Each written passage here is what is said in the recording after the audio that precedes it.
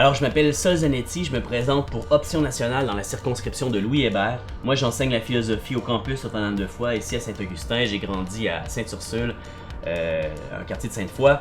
Et ce qui m'a amené à m'impliquer en politique et à me présenter pour Option nationale, c'est que c'était le parti qui était le plus audacieux, on pourrait dire même le seul, à sérieusement, très sérieusement, suffisamment sérieusement à mon goût, proposer un projet de pays.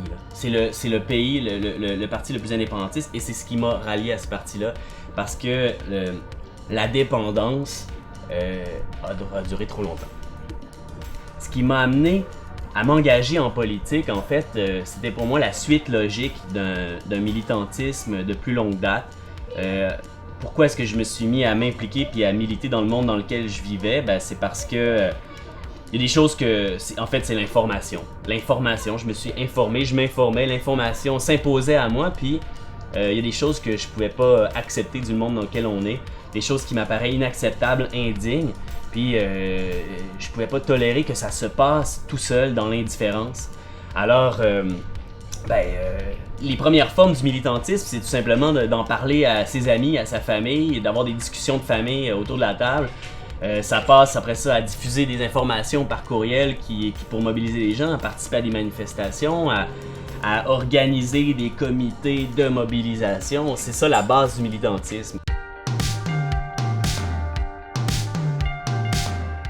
Les valeurs fondamentales, c'est toujours assez difficile cette question-là parce que d'abord, les Québécois ne sont pas des clones, ok? Ils sont pas homogènes. Puis là, chaque fois qu'on dit ouais, mais là, ça c'est une valeur québécoise, il y a toujours des gens pour dire ouais, mais moi, c'est pas une de mes valeurs, etc. Donc ça veut rien dire.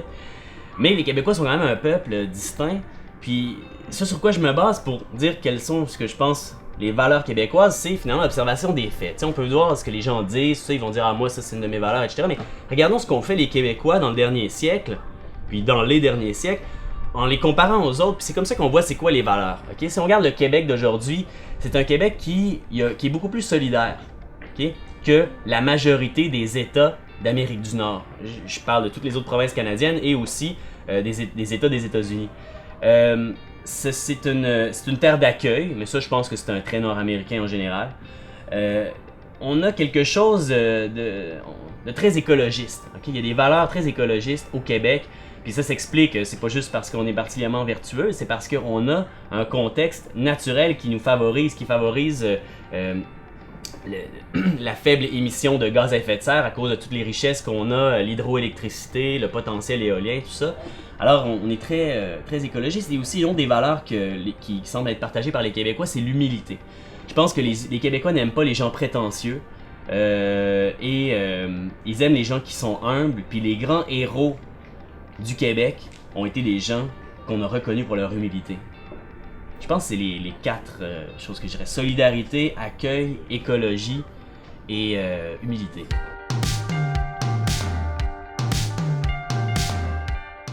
Le Parti Option nationale est pour la gratuité scolaire balisée, de la garderie jusqu'à l'université. Ça veut dire pas des garderies à 7$, ça veut dire des garderies à 0$, puis des doctorats à 0$ aussi. La gratuité scolaire d'un bout à l'autre, balisée pour pas qu'il y ait de gaspillage, pour pas qu'il y ait de gens qui, disons par insouciance, vont faire 4 fois le même cours parce que c'est pas grave, parce que je le paye pas, etc. etc. Donc balisé, c'est-à-dire il pourrait y avoir des mesures contraignantes pour empêcher les gens là, de niaiser. Il faudrait que les gens prennent ça au sérieux, mais il y aurait une gratuité là.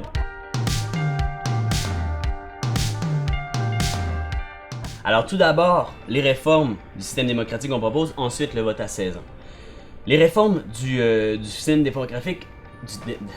démocratique qu'on propose sont les suivantes, elles sont assez radicales. C'est-à-dire que nous, on veut d'abord instaurer le scrutin proportionnel. Le scrutin proportionnel, ça veut dire que le pourcentage des votes qu'obtient un parti va correspondre au pourcentage de députés qu'il y a à l'Assemblée nationale. À l'heure actuelle, c'est pas du tout le cas, puis ça mène à des aberrations. Okay?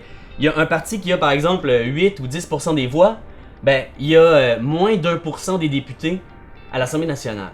Il y a un parti comme le parti de Charest qui a eu aux dernières élections en 2008 27% des voix des électeurs inscrits, qui a eu une majorité pour gouverner et qui a imposé des affaires qu'il n'avait même pas écrites dans sa plateforme. C'est hallucinant. on peut pas tolérer ça. Il faut qu'il y ait une meilleure représentativité là, de la volonté des Québécois par le biais d'un vote proportionnel. Ça, c'est radical aussi parce que le système bipartisan dans lequel on fonctionne est un système qui favorise toujours le conservatisme, qui favorise structurellement le maintien des deux mêmes partis, peu importe si on les aime ou pas. Okay? Parce qu'il faut pas oublier non plus que ça a été un système qui a été forgé dans un cadre monarchique, qui est essentiellement un cadre toujours conservateur. Alors, il est bien temps qu'on se libère de ça en faisant l'indépendance du Québec. Mais on pourrait commencer par faire le scrutin proportionnel. Ensuite, on veut qu'il y ait un financement public des partis politiques. Ça évite de transformer nos politiciens en quêteux qui vont aller chercher de l'argent dans les grosses compagnies de construction ou des firmes de génie conseil, qui ensuite de ça vont leur demander des retours d'ascenseur, c'est-à-dire hey, écoute, on a versé là, illégalement avec des prête-noms 50 000 $ de requêtes électorales aux dernières élections. Ce contrat-là, on aimerait ça l'avoir. Ben là, on veut éviter ça. Il faut que les contrats publics soient octroyés de la façon la plus respectueuse là, du portefeuille des citoyens. T'sais. Donc ça doit se faire avec... ça pourrait passer par le financement public des partis politiques. L'autre chose qu'on veut, c'est des élections à date fixe. Parce que là, le premier ministre décide au moment où ça avantage le plus son parti du moment des élections. C'est complètement absurde.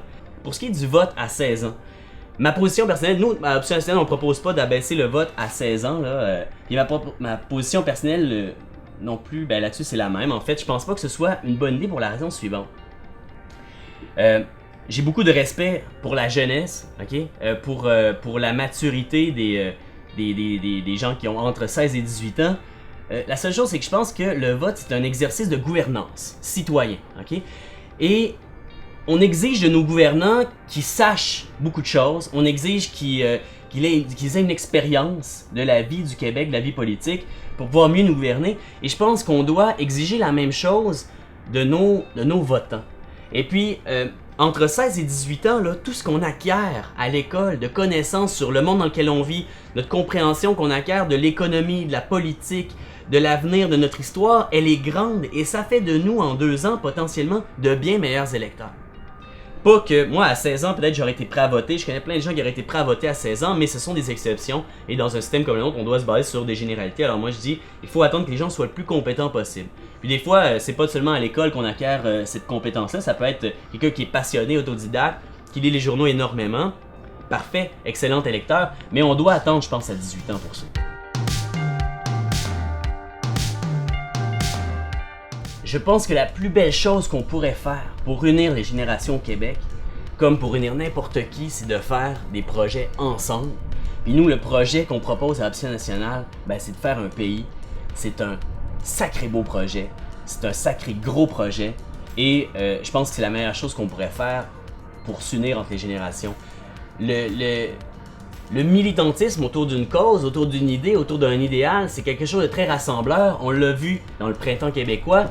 Il y a eu une division qui a été faite par les médias entre certaines catégories de personnes, les jeunes contre une certaine majorité silencieuse, peut-être fictive, j'en sais rien. Mais il y a aussi eu dans la rue les aînés contre la hausse, les parents contre la hausse, les professeurs contre la hausse. Il y a eu... Ça a rassemblé plein de gens et c'était tellement beau à voir dans les manifestations des 22, de voir justement des gens de 70 ans, 60 ans marcher avec des jeunes de 17 ans partager un même idéal. Donc le lien entre les générations, il doit se faire par le biais d'un projet. Puis le plus beau projet qu'on pourrait se faire ici au Québec, ben, c'est de se donner un pays.